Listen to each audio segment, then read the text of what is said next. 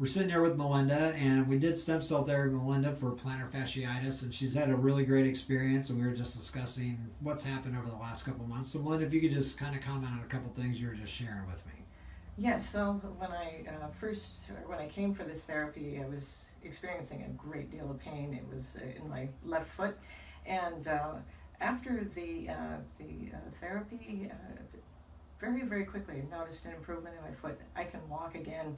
Most of the time I don't even notice any pain, and if I do, it's because I've really, really stressed it out, but it's gone away. So that's fantastic. So you'd recommend this to others? I absolutely would. All right, well, thank you. I appreciate it.